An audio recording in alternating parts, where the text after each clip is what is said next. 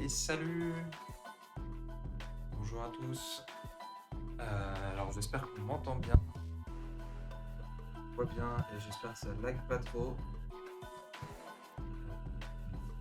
Niveau setup puisque je viens juste de déménager. Du coup c'est un peu le bordel. J'ai réinstallé tout ce qu'il fallait à la va-vite. J'espère que ça fonctionne correctement et que c'est intelligible. Euh, N'hésitez pas à me dire dans le chat si tout va bien. Et puis, voilà.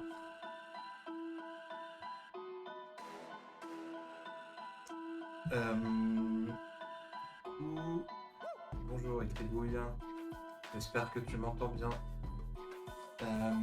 Donc du coup, oui, un peu particulier cette semaine puisque en plus je suis un peu malade. Mais bon, ça c'est pas très grave. Alors le son est un peu bas. Alors, je vais essayer d'augmenter le son du micro déjà. Hop. Est-ce qu'on m'entend mieux comme ça? Essayer de faire un peu plus, mais et d'ailleurs bonjour et bienvenue Dr Van. J'ai aucune idée de qui tu es, mais c'est toujours un plaisir d'accueillir des nouveaux venus ici. Alors je vais augmenter encore un peu le gain, mais après je pense qu'en allant plus loin, ça risque d'être compliqué. Voilà, c'est Thomas de Babar. Waouh. Enchanté Thomas. Je crois qu'on s'est croisés, mais je suis pas sûr. Je te confonds peut-être avec un de tes collègues. Si c'est le cas, je suis désolé. Et sinon, ravi de te voir ici. Bon, est-ce que c'est mieux le son maintenant? Alors en fait, je pense que c'est pas dans le contrat de dire deux bavards, c'est qu'en fait ils sont tous de la même famille. Ils ont tous changé de nom de famille, ils s'appellent tous deux bavards. Je crois que c'est ça. Hein. Euh, on laissera Thomas confirmer ou pas, si c'est le cas.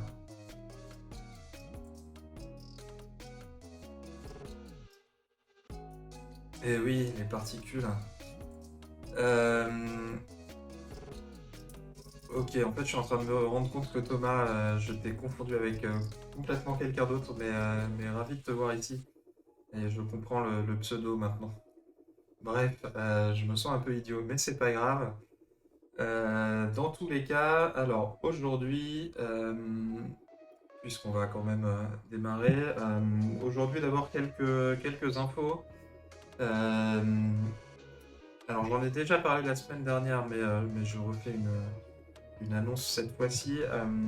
Alors il me semble que c'est dans une bonne dizaine de jours maintenant, dans un peu moins de 2 semaines. On a We Love SEO qui aura lieu à Paris, donc organisé par OnCrawl et SEMJ, et pour lequel vous pouvez trouver assez facilement en fouillant un petit peu sur internet des codes de réduction pour obtenir votre place à moins 15%. Donc n'hésitez pas à vous inscrire. Je crois qu'ils vont prochainement couper les inscriptions puisque la date approche. Donc encore une fois, hein, venez, n'hésitez pas. Moi j'y serai. Je sais que Écribouille y sera également. Il y a du beau monde à la fois dans le public, mais aussi et surtout parmi les speakers, avec notamment, et c'est ça qui est un des avantages de cet événement, euh, un track qui est bilingue, donc à la fois des conférences et des tables rondes en français, mais également en anglais, et du coup des intervenants internationaux, ce qui est toujours sympa à voir dans nos contrées françaises. Voilà pour ça. Et puis, autre petite annonce que je voulais faire, puisque Rebecca Burbel a lâché l'info hier chez Durf. Si vous n'étiez pas là lors du live de Trikaya d'hier après-midi, je vous encourage à essayer d'aller regarder le replay. Il y avait des petits soucis de connexion. J'espère que j'ai pas les mêmes aujourd'hui.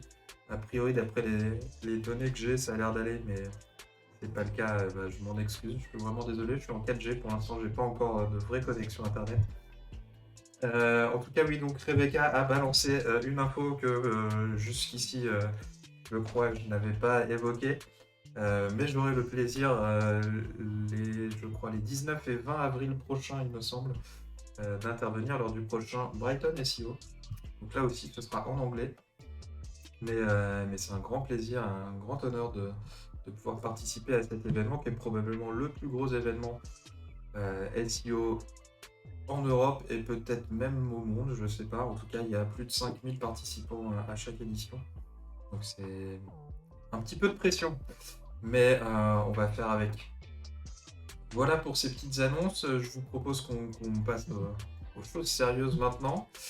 Et du coup, le sujet que je voulais aborder aujourd'hui, pour rester dans la continuité de notre aventure avec les requêtes HTTP, et bien c'est l'utilisation d'API. API, alors j'allais dire qu'est-ce que c'est qu'une API, et en fait je ne me rappelle plus de la signification exacte de cet acronyme, donc on peut aller regarder sur Google. Voilà, une interface de programmation d'application. Voilà, c'est assez clair. Alors, qu'est-ce que ça veut dire concrètement? Une API, c'est un système qu'on va pouvoir appeler pour récupérer certaines données ou pour effectuer certaines actions. Donc, on a énormément d'outils SEO notamment qui nous proposent des API. Pour aller par exemple récupérer avec l'API Google Analytics vos données Analytics, avec une API comme celle de Babar justement ou d'Uncrawl, faire des actions du type lancer un crawl, créer des guides Urtext Guru, récupérer les données de netlinking de tel ou tel URL ou de tel ou tel domaine, bref, plein de choses qu'on a l'habitude souvent de faire manuellement, mais qu'on peut en fait automatiser, et c'est là où Python, encore une fois, tire son épingle du jeu, puisque ça va nous permettre assez facilement d'essayer d'automatiser tout ça. Je vais couper le son 2 secondes, le temps de me boucher, puisque si vous n'avez pas encore compris, je suis un petit peu malade, et je reviens tout de suite.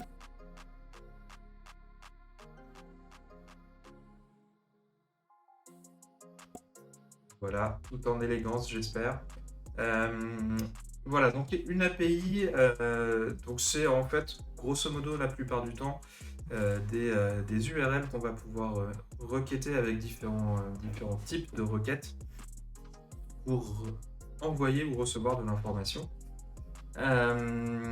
Et l'API sur laquelle je voulais travailler aujourd'hui, pour commencer par quelque chose de entre guillemets facile, c'est l'API de Google PageSpeed.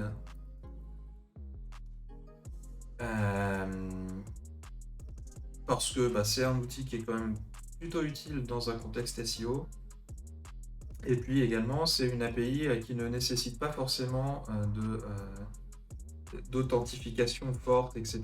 Donc on peut commencer à s'amuser un petit peu sans trop se prendre la tête sur des clés d'authentification ou ce genre de choses. Je dis ça alors que le premier truc qui s'affiche, c'est configurer une clé API, mais vous pouvez voir que c'est facultatif. Donc on va essayer de faire 100 pour cette fois-ci.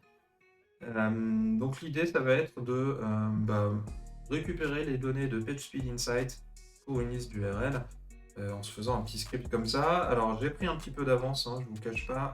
Je ferme ça. J'ai créé un petit projet que j'ai appelé, avec encore une fois beaucoup d'imagination, PageSpeed.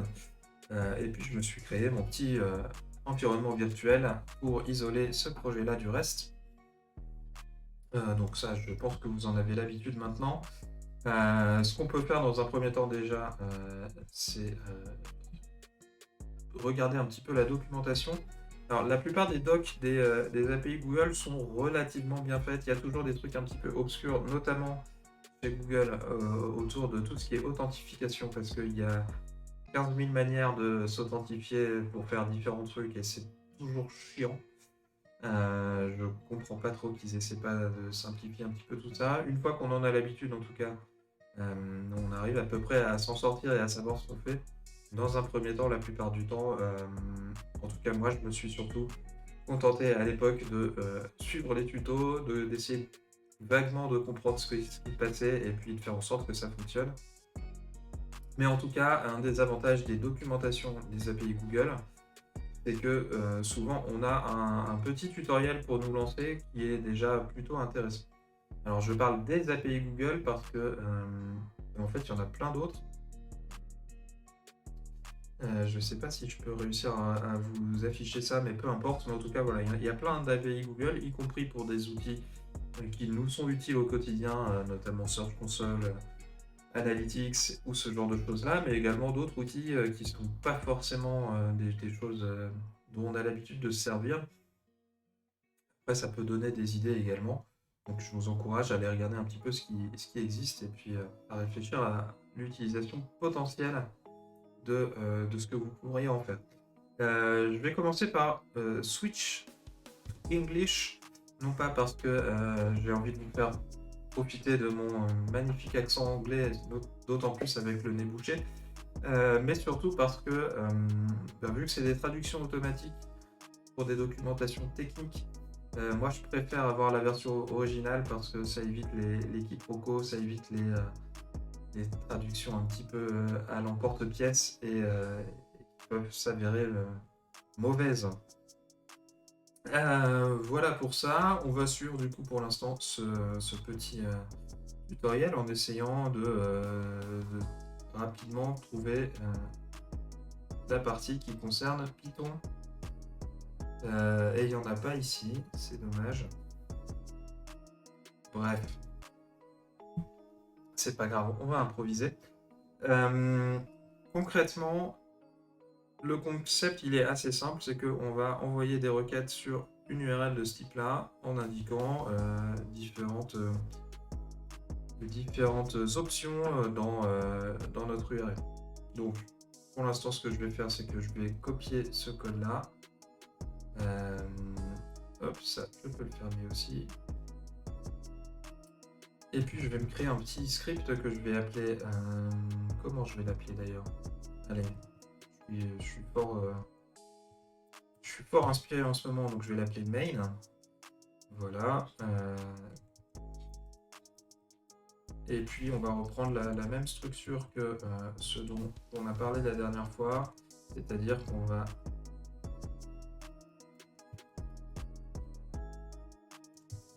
créer cette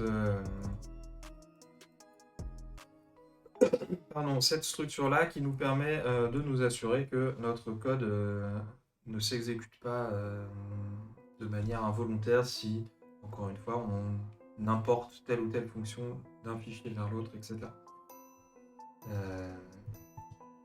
Hop, voilà. J'espère que je ne me suis pas trompé dans la syntaxe de tout ça. Mais a priori, ça m'a l'air bon. Qu'est-ce que je peux vous rajouter par rapport à tout ça? Pas grand-chose pour l'instant. Hop, je règle juste un petit problème technique, désolé.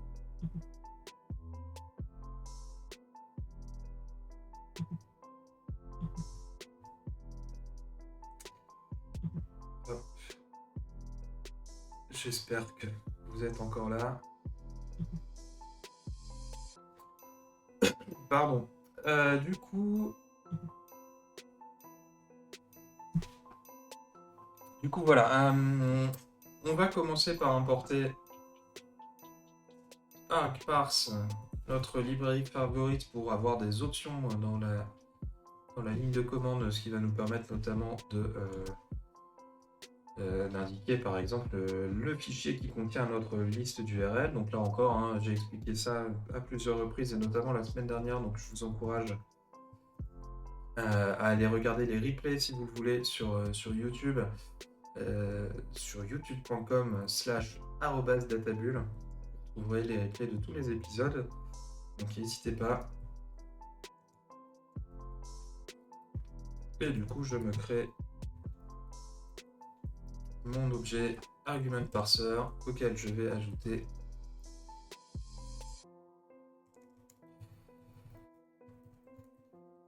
un argument que je vais appeler input tout simplement.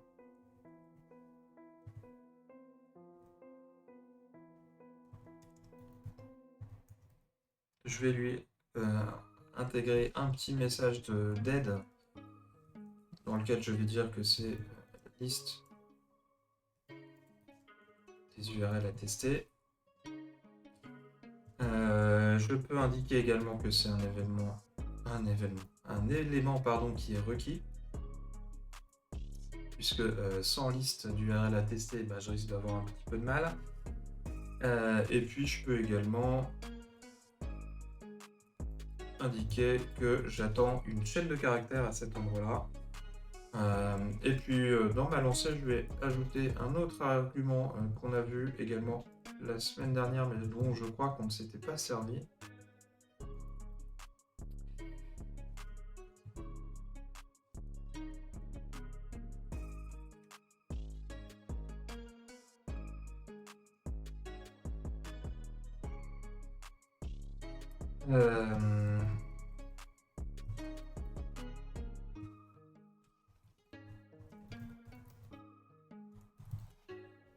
Voilà, donc un argument que j'ai appelé délai, et comme vous l'aurez probablement deviné, c'est le délai entre les requêtes, qui va nous permettre du coup d'éviter d'une part surcharger l'API, même si je pense que les API Google sont relativement solides, et d'autre part d'éviter surtout de se faire jeter par l'API et de devoir mettre fin à notre script.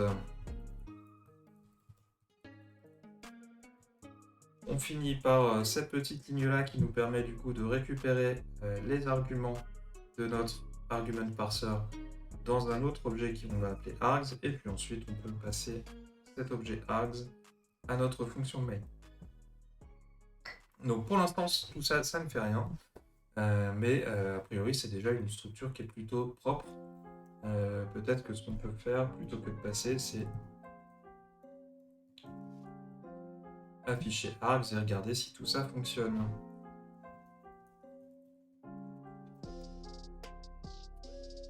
Et ça ne marche pas. J'ai pourtant bien sauvegardé.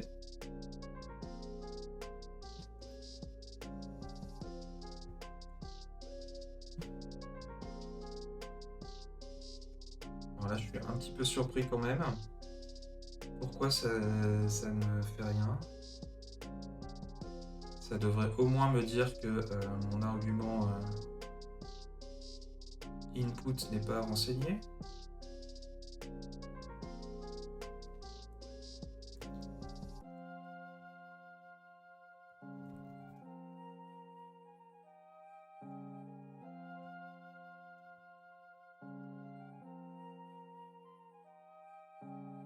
Ok.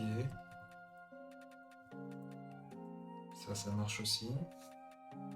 Je ne sais pas ce qui se passe.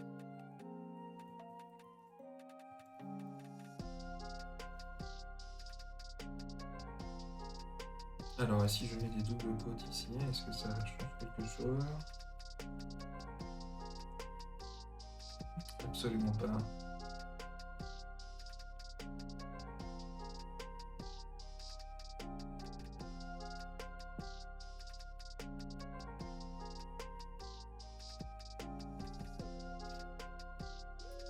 Alors là, je suis très étonné. On va essayer quand même.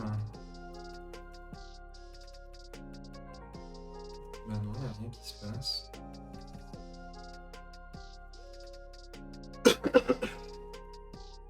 Alors là, c'est bien la première fois que je rencontre un problème de ce type-là. J'ai compris. Il fallait pas mettre de guillemets ici, en fait. Voilà. Bon, alors là, c'est là où on voit les avantages ou les inconvénients d'ailleurs d'avoir l'habitude de coder avec GitHub Copilot. C'est que il y a des rituels comme celui-ci que je finis par oublier. Et du coup, je pense que pour la prochaine fois, je mettrai ça en place sur cette machine-là pour éviter que ça se reproduise. Bref, on a débugué, donc pensez bien à ne pas mettre de guillemets autour du undername, du underscore, name, underscore, puisque sinon ça ne marche pas comme on vient de le voir. Voilà pour ça. Et du coup, on a pu voir que effectivement, j'ai bien mes arguments qui s'affichent, donc jusqu'ici, rien d'anormal.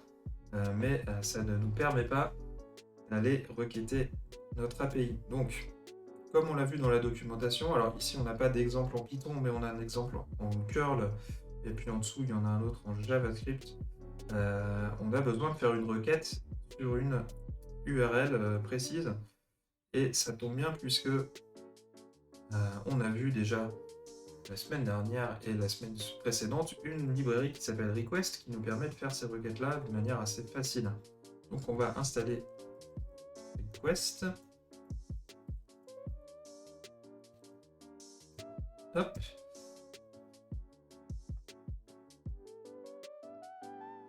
Ah, je vois que j'ai une petite upgrade de pipe à faire. Ça ne mange pas de pain, donc on va le faire. Voilà. Parfait. Et du coup, je vais pouvoir surtout importer request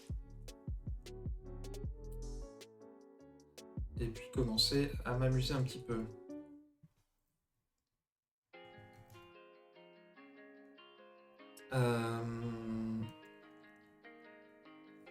Donc ça, on va pouvoir l'oublier. On va commencer par ouvrir notre fichier d'input que j'ai appelé input en lecture seule parce qu'on n'a pas besoin d'autre chose.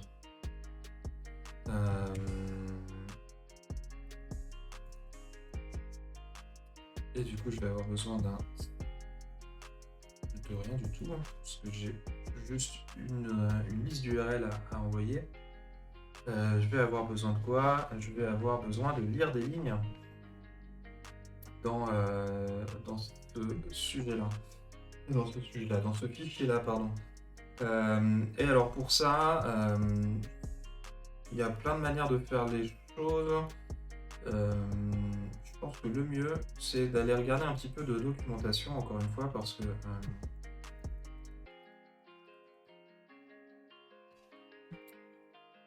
ça va nous permettre de prendre un petit peu d'inspiration. Pardon, et notamment d'aller regarder dans la documentation qu'est-ce qui est recommandé, on va dire, pour lire des lignes dans un fichier. Alors on va essayer. Voilà. En gros, dans les fonctions de base de Python, on va avoir une fonction pour lire des lignes les unes à la suite des autres dans un fichier. Et ça va être readlines. Alors je sais pas où ils en parlent, voilà, readline. En fait, readline, alors je vous cite très bien le terme exact de ce genre de choses-là, mais en gros c'est un itérateur, il me semble, c'est-à-dire que à chaque fois qu'on va exécuter cette fonction-là, on va avoir comme résultat la ligne suivante dans le fichier. Donc c'est un petit peu ce qu'il nous explique ici, c'est-à-dire que si j'utilise la fonction read sur mon fichier, là, je vais récupérer l'intégralité du contenu du fichier, ce qui n'est pas forcément ce que j'ai envie de faire ici. Moi, ce qui m'intéresse, c'est plutôt d'essayer de récupérer les lignes les unes après les autres, peut-être par exemple pour en faire une boucle. Et en fait, ce qu'on me dit ici, c'est que cette fonction readline, c'est ni plus ni moins que la même chose que de faire une boucle comme ici.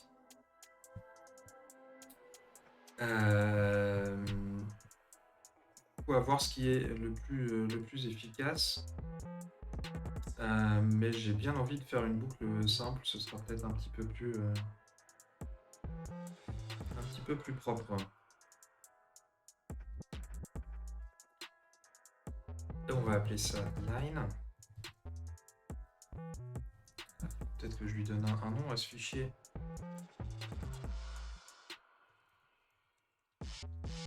Et on va commencer par afficher simplement notre nom. Donc ça c'est bien, mais du coup on va aussi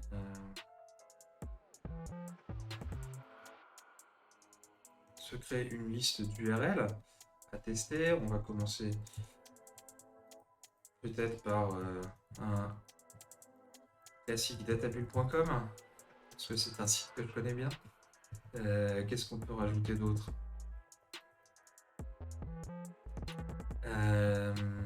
Puisqu'on a Thomas qui est dans le chat, je sais plus si c'est babar.tech. Oui, voilà, c'est babar.tech. Donc on va tester aussi babar.tech. Voilà.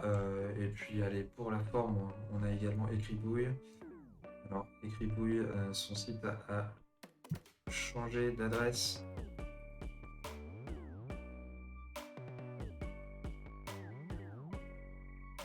Ah, on trouve voilà, assonance.net est devenu assonance.agency. Mais du coup, on peut l'ajouter à notre fichier. Donc,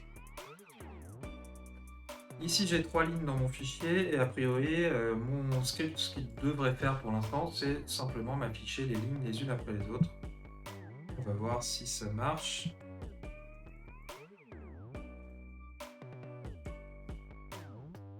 Et ça marche. Alors on peut déjà voir que on a un petit souci ici, c'est que en fait j'ai un saut de ligne qui se rajoute à la fin de mes lignes. Et ça c'est un grand classique des scripts Python sous macOS. Puisque pour rappel, pour ceux qui n'auraient pas deviné, cette machine-là c'est un Mac. Et du coup il faut lui préciser en fait avec un argument dans la fonction open.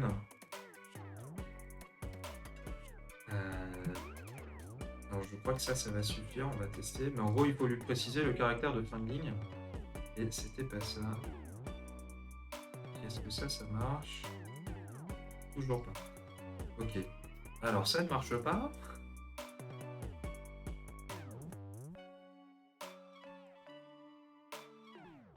Ah. Et alors ça ne marche pas du tout. Bref, il y a une autre manière de faire les choses peut-être et qui sera peut-être un peu plus élégante, c'est d'utiliser la fonction strip sur une chaîne de caractères qui va retirer les espaces et tous les caractères blancs, on va dire, au début et à la fin de la chaîne de caractères. Et ça y est, là ça marche bien. Et j'ai bien mes URL qui s'affichent correctement. Donc, retenez bien cette fonction strip qui existe, en tout cas qui a des équivalents, pardon, dans à peu près tous les langages de programmation, en tout cas tous ceux que j'ai eu l'occasion d'utiliser, qui est très utile parce que, notamment pour nettoyer des chaînes de caractères, nettoyer des lignes dans des fichiers ou ce genre de choses-là, ça permet d'éviter de se traîner, entre guillemets, des caractères qui sont parfois invisibles, mais quand même bien présents dans nos fichiers, et donc de les retirer. On peut également, avec ça, comment dirais-je, on peut récupérer différents arguments là-dedans, pour par exemple, plutôt que de retirer les caractères blancs et invisibles, des lettres ou des caractères de votre choix. Donc je vous laisserai encore une fois aller regarder la documentation de la fonction, mais c'est assez permissif. Donc l'idée pour nous, c'est pas forcément simplement d'afficher la ligne, mais de s'en servir pour faire une requête. Donc on va plutôt transformer ça en une variable. Pardon. Et puis on va déjà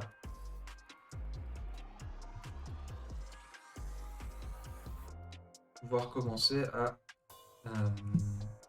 construire notre requête à l'API Google PageSpeed. Alors, il faut que je récupère l'URL de Google PageSpeed qu'il faut que j'appelle. Je vais coller ça ici. Voilà, donc curl, ça, j'en ai pas besoin. Et en gros,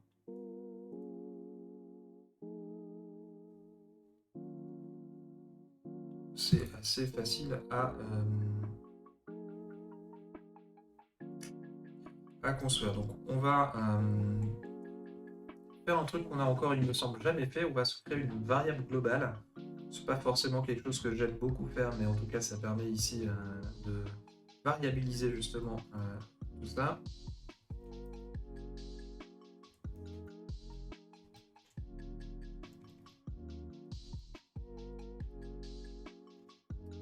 Donc je vais l'appeler tout simplement Google PageSpeed URL et coller mon URL de base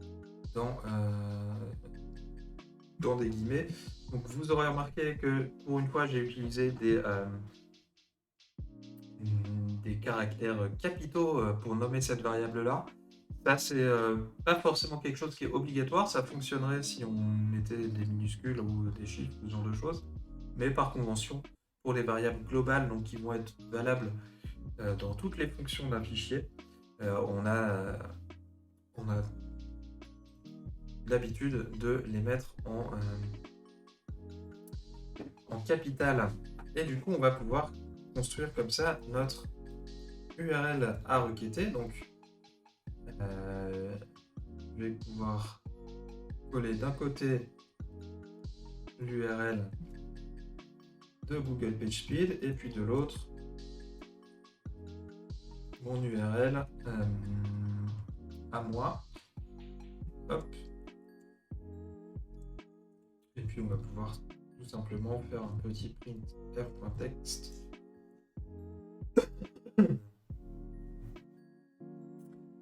Alors bonjour Rebok, je ne sais pas qui tu es, mais bienvenue. Pourquoi je n'aime pas utiliser les variables globales? Je trouve ça pas très pratique parce que utiliser les variables globales, ça veut dire aller éditer les fichiers qui contiennent le code, qui est pas forcément toujours une bonne idée puisque une erreur est vite arrivée. Donc moi personnellement je préfère passer par des fichiers de configuration externes. Je ne crois pas qu'on ait déjà évoqué ce genre de choses là, mais il y a différentes manières d'intégrer des fichiers de configuration en... Alors là j'ai un gros bug de OBS, j'espère que je suis toujours connecté. Vous m'entendez toujours? Qu'est-ce qui se passe? Décidément ce nouveau setup il a du mal à se mettre en place. N'hésitez pas à me dire si on m'entend toujours et si on me voit toujours et si je suis toujours en live parce que là j'ai un gros doute. Qu'est-ce que c'est que ce cirque?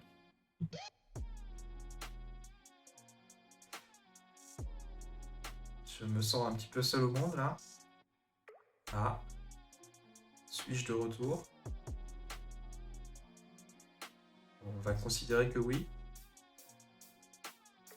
Bref, du coup je disais, il y a plusieurs méthodes pour intégrer des fichiers de configuration.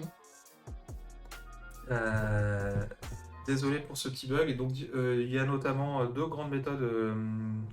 Une qui est historique, qu'on utilisera peut-être dans un prochain projet, qui utilise la librairie qui est intégrée au noyau de Python qui s'appelle config parser, qui est tout simplement un parseur de fichiers de configuration avec un templating, on va dire, un petit peu particulier. Et puis depuis la toute dernière version de Python, donc Python 3.11, on a également une autre manière de lire des fichiers de configuration intégrés au noyau de Python qui s'appelle TOML. Donc c'est un autre format de fichier de configuration qui est un peu plus pratique à l'usage, même si à l'œil nu vous verrez pas énormément de différence puisque on a des légères différences entre les deux. En tout cas, moi je préfère utiliser ce genre de fichier là puisque ça permet d'avoir un seul fichier à éditer pour mettre à jour. Ici une URL pour appeler une API, mais peut-être également des clés de connexion, des noms de variables ou ce genre de choses là. Et on aura évidemment l'occasion de mettre ça en place dans un futur projet, je n'en doute aucunement. Ici on est sur un petit exemple, donc pour l'instant on va pas se prendre la tête, on va utiliser une variable globale, mais encore une fois moi je préfère éviter d'utiliser ce genre de choses là et fournir à mes utilisateurs un seul point d'entrée d'infos à éditer et si possible un point d'entrée où il n'est pas Alors c'est pas forcément qu'il n'ait pas accès au code, puisque ben, souvent ce que je vais partager c'est de l'open source, donc le code est disponible. Mais en tout cas, éviter en tout cas qu'on puisse malencontreusement modifier le code source et du coup provoquer des bugs qui n'étaient pas forcément présents au départ. Du coup, en tout cas, je vais simplement construire mon URL à requêter comme ceci, pardon, et puis je vais afficher ce qu'on me renvoie, et je vais m'arrêter là pour une première fois, c'est-à-dire que je vais tout simplement mettre fin au programme avec cette fonction exit, pour dire tu fais une fois une itération de la boucle et puis tu t'arrêtes tout de suite, comme ça on va voir à quoi ressemble ce que Google PageSpeed nous renvoie comme info. Donc je lance mon script, ça risque de prendre un petit peu de temps puisque côté Google PageSpeed, du coup il y a tous les tests qui sont en train d'être faits, pardon, et si vous avez déjà utilisé PageSpeed ou par exemple Lighthouse dans votre navigateur, vous savez que ça n'est pas instantané, il y a quand même un petit peu de traitement côté Google, mais on finit par avoir un résultat comme celui-là, donc qui est quand même très très long et très très complet. Voilà, on peut voir que c'est plutôt dense, avec un format un petit peu particulier qu'on appelle du JSON pour ceux qui n'auraient pas reconnu. Et du coup, vu que c'est un petit peu embêtant à lire dans un terminal, ce que je vais pouvoir faire, c'est rajouter en sortie de cette commande-là l'enregistrement de la sortie dans un fichier temporaire que je vais appeler theme.txt ici.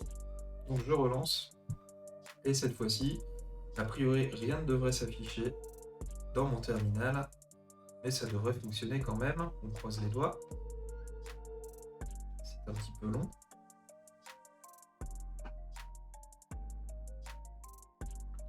Et voilà.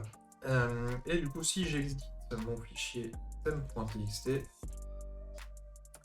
voilà, j'ai tous les résultats qui sont ici, donc sous forme de JSON, ce qui est relativement courant d'une part par rapport aux API que vous allez avoir l'occasion d'utiliser. En fait, la plupart du temps, on renvoie du JSON parce que c'est un format de données qui est pratique à utiliser pour les développeurs, qui permet de facilement formater les infos, etc. Et puis surtout, ce qu'on peut voir, c'est qu'on commence déjà à voir des choses assez intéressantes. Et ici, par exemple, on me parle de mon Cumulative Layout Shift Score, donc le CLS pour les intimes, qui fait partie des Core Web Vitals. Et du coup, je vois que j'ai des distributions de percentiles qui vont sûrement vouloir dire que c'est de la donnée utilisateur qui est envoyée ici. Pareil pour du First Contentful Paint, etc. Et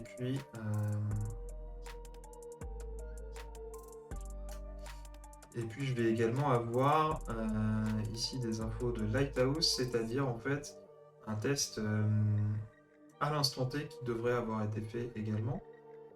Donc je peux voir que j'ai vraiment énormément d'infos, et en fait je vais aller un petit peu plus bas dans le fichier pour vous montrer à quel point on a beaucoup de détails dans cette sortie de l'API PageSpeed.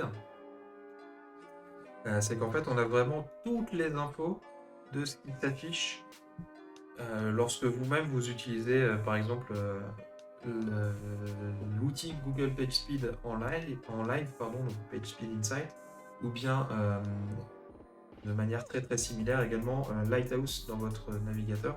En fait, on a vraiment le même niveau de détail, le même niveau d'info, et y compris toutes les chaînes de caractères, donc par exemple les détails d'explication de pourquoi tel ou tel indicateur est important, etc.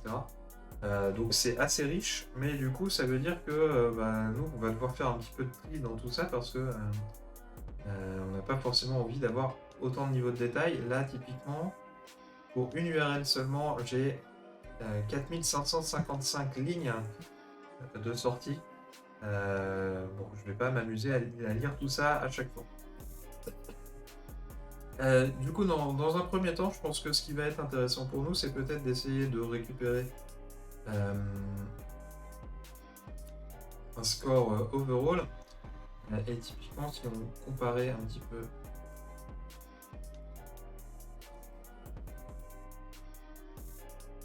ce qu'on a dans PageSpeed Insight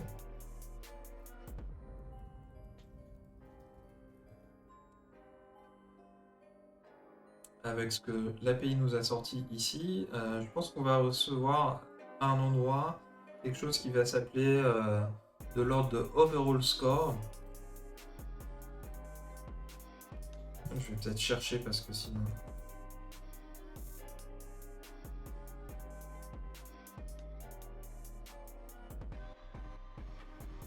Ok, c'est pas très concluant mon test.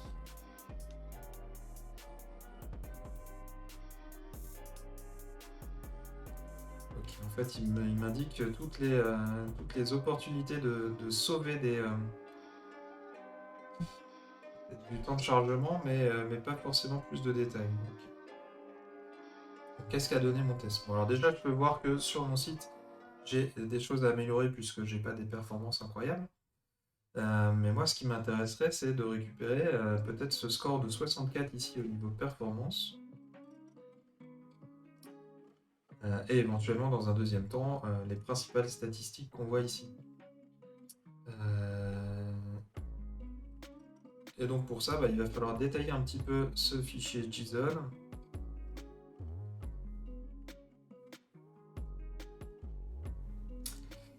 Mais ça risque d'être un petit peu long.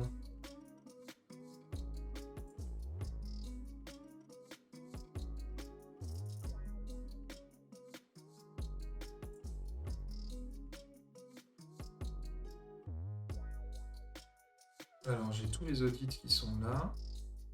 Hop. Peut-être que je peux aller voir tout en bas, ça ira peut-être plus vite.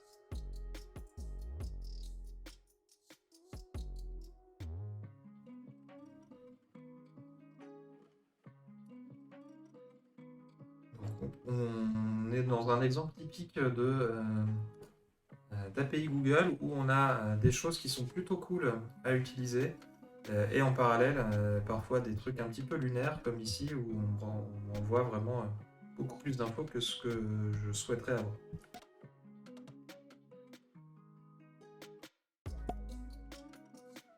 En tout cas, ça ne me donne pas les infos que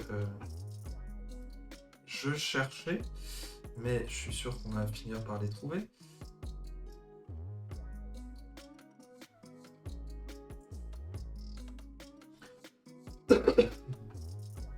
Je sens que je suis pas très loin de trouver ce qui m'intéresse ici.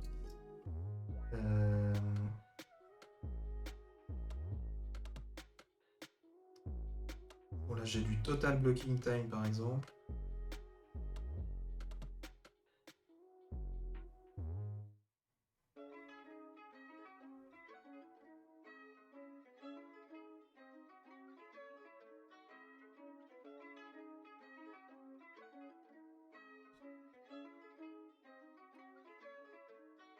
Bon, c'est un peu long, je suis désolé. Puisque je ne trouve pas exactement l'endroit où... Ah bah voilà. Bref, puisque je trouve pas l'endroit où l'overall score est indiqué dans le code pour l'instant, on va se baser sur une autre métrique pour continuer notre exemple et puis on reviendra peut-être là-dessus une prochaine fois. Mais du coup, on peut récupérer aussi ces infos-là. Ici, par exemple, pour le Cumulative Layout Shift Score, pardon, le CLS. Ce que je peux voir, c'est que j'ai les proportions et les distributions en percentiles. Donc en fait, si je reviens sur l'API, l'interface, pardon, ça correspond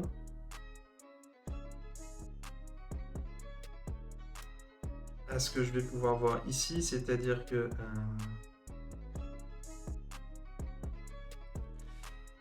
vu que je suis sur un petit site, j'ai pas énormément d'infos, mais ça va correspondre à ces infos-là.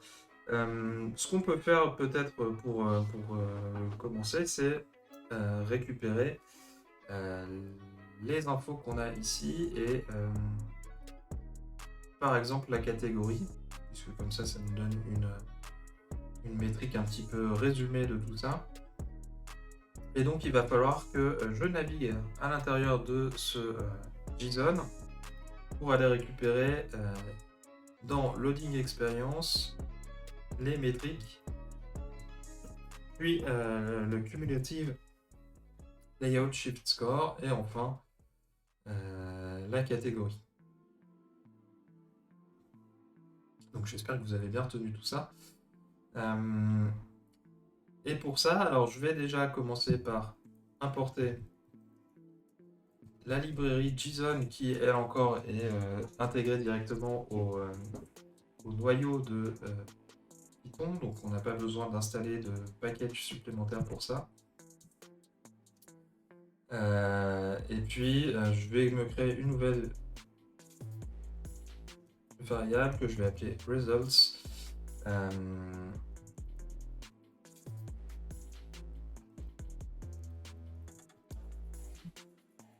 Dans laquelle je vais dire à JSON de charger le texte du résultat de ma requête. On va voir si ça marche déjà, parce que on risque d'avoir des surprises si je me suis trompé de syntaxe.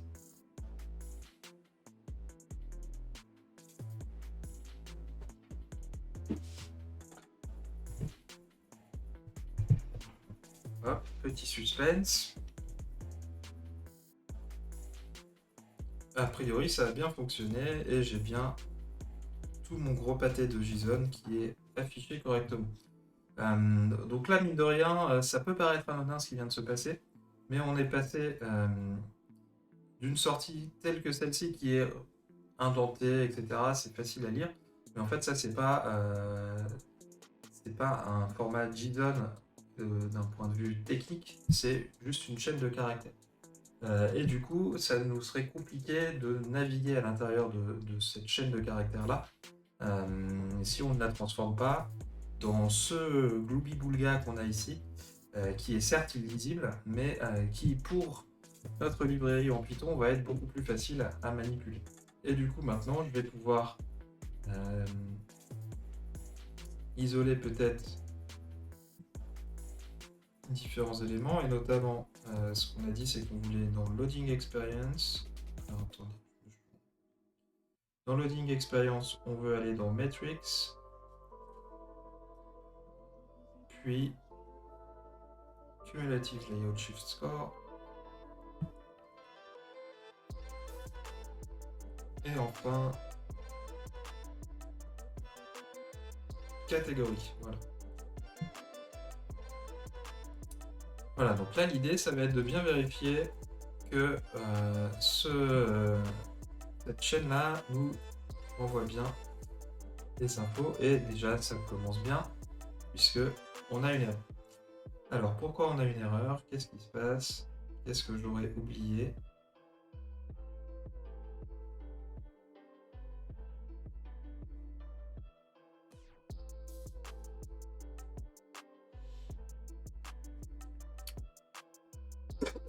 Alors, il me dit qu'il ne trouve pas la clé Loading Experience, et ça c'est un petit peu embêtant, puisque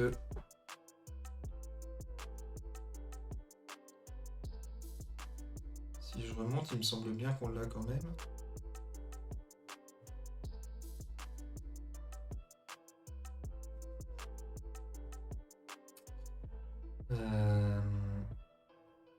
Alors peut-être que ce que je peux essayer, c'est d'utiliser une autre fonction.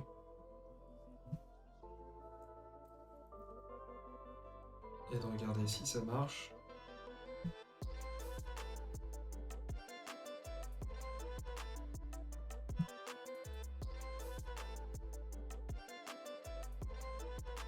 Donc les joies du debug. C'était censé être un exemple facile cette semaine, et on peut voir que j'ai peut-être mal choisi exemple. Alors je comprends pas pourquoi il ne trouve pas cette clé là dans le JSON. je vais tester avec Capture Result pour être sûr, mais...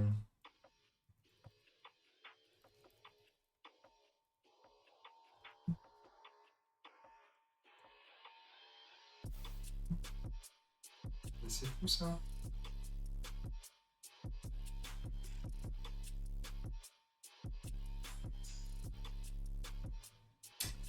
Alors, on va faire appel à nos amis de chez Stack Overflow.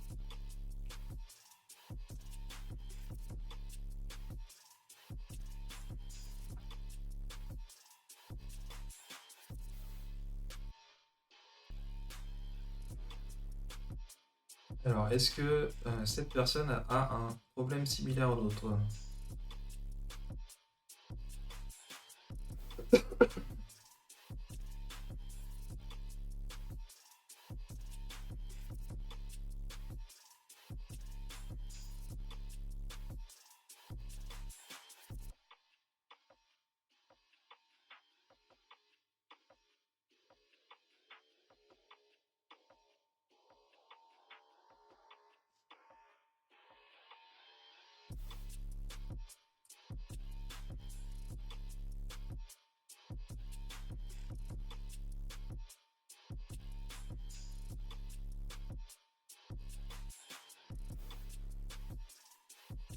Écoutez, je vois pas vraiment de différence.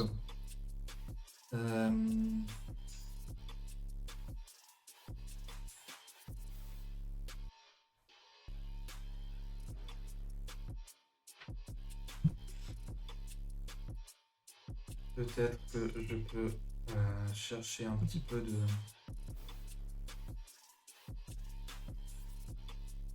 d'inspiration sur des choses que moi j'ai déjà faites.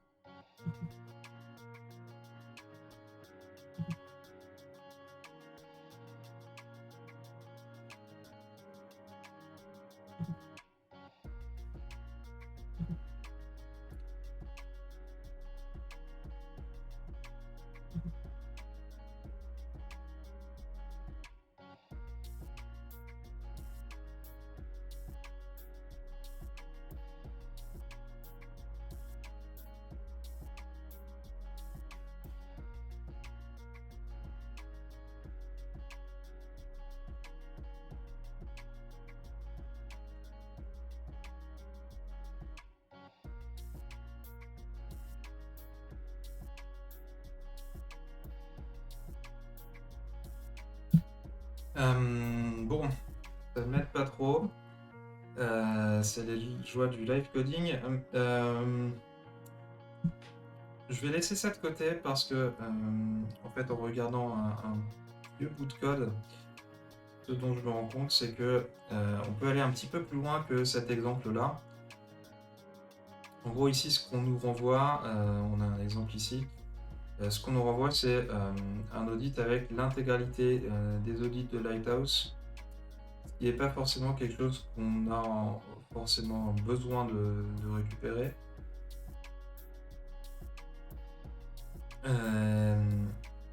Et du coup, peut-être que ce qu'on peut essayer de faire,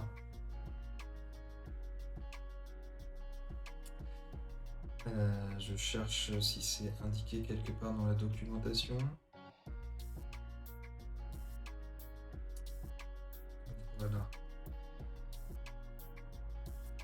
Ce qu'on va pouvoir faire, c'est raffiner un petit peu notre requête et surtout lui dire, en fait, il n'y a que certaines parties de ton rapport qui m'intéressent.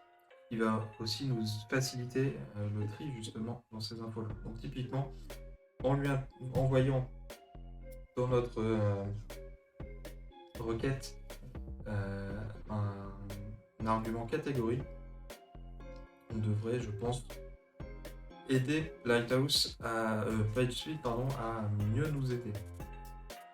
Le truc, c'est que si on veut faire ça, alors on aurait une solution qui est de rajouter des arguments ici en faisant et machin égale truc. Mais ça risque d'être assez compliqué et surtout on va avoir assez vite des formats de variables qui ne vont pas être compatibles avec le fait de juxtaposer nos résultats ici comme ça. Par contre, ce qu'on peut faire, c'est créer une requête un petit peu plus avancée. Et en fait, on va créer ce qu'on appelle dans le jargon, on va dire un payload. C'est en fait un dictionnaire dans lequel on va intégrer nos variables qu'on souhaite envoyer à l'API. Et du coup, donc je vais intégrer mon URL ici, que du coup j'aurai plus besoin d'envoyer là. Et du coup dans les catégories, je vais lui dire que je veux seulement performance.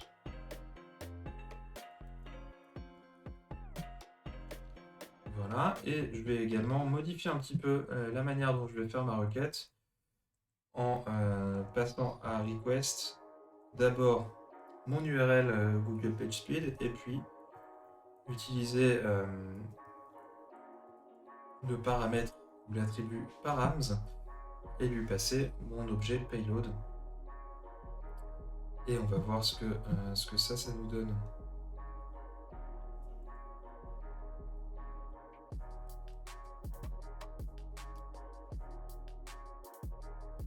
Ah. Alors j'ai excédé le quota. Eh bien, bonne soirée à toi Thomas et à bientôt. De toute façon, vu l'heure qu'il est, on va pas tarder à s'arrêter là. J'aimerais bien arriver à un résultat avant la fin, mais c'est un petit peu compliqué aujourd'hui. En tout cas, voilà, j'ai excédé le quota d'appels gratuits entre guillemets sur l'API PageSpeed. Donc ça va être un petit peu embêtant pour aujourd'hui. Et en fait, c'est là où, si je reviens sur leur documentation, c'est là où on a intérêt en fait à créer une clé d'API. Du coup, c'était un peu un échec pour ce soir et je suis bien désolé de tout ça. Ce que je vous propose, c'est que on laisse ça de côté, et puisque de toute façon il est déjà 18h. Et puis la semaine prochaine, du coup, on reprendra tout ça en se créant une clé d'API et en essayant d'arriver à des résultats un petit peu plus efficaces, on va dire. Vous inquiétez pas, on va y arriver. C'est un petit peu compliqué de faire le tri dans ce gros objet JSON, mais on va forcément finir par réussir. Voilà, donc désolé pour cet atelier sans résultat, on va dire. En plus, j'étais pas très en forme, donc ça n'a pas dû aider. Mais la semaine prochaine, on sera de retour avec encore plus de fun. Et puis surtout plus de concret et d'infos. Alors parser un JSON, c'est un sujet à part, c'est intéressant de toute façon. Alors effectivement, parser un JSON, c'est un sujet en soi, mais dès lors qu'on va commencer à travailler avec des API, ça devient assez vite un petit peu obligatoire. La bonne nouvelle, si je dois regarder le côté positif des choses, c'est que on a réussi à envoyer des requêtes à l'API de Google PageSpeed, et puis à récupérer les informations. Là, ce qui bloque pour nous, c'est de faire le tri dans ces informations-là et de réussir à n'afficher que ce qui nous intéresse réellement. Mais ne vous inquiétez pas, on va y arriver la prochaine fois. Voilà, donc en tout cas, désolé pour ça. Il me reste plus qu'à vous souhaiter en tout cas une bonne fin de journée, une bonne soirée. Et puis vous dire à la semaine prochaine, même heure, même endroit, pour essayer de faire un petit peu mieux que cette fois-ci. Et puis d'ici là, n'hésitez pas, si vous avez des commentaires, des questions, à me contacter sur Twitter ou bien à les laisser en bas de la vidéo pour ceux qui vont regarder ça en replay sur YouTube. Et puis voilà, bonne semaine à tous et à bientôt.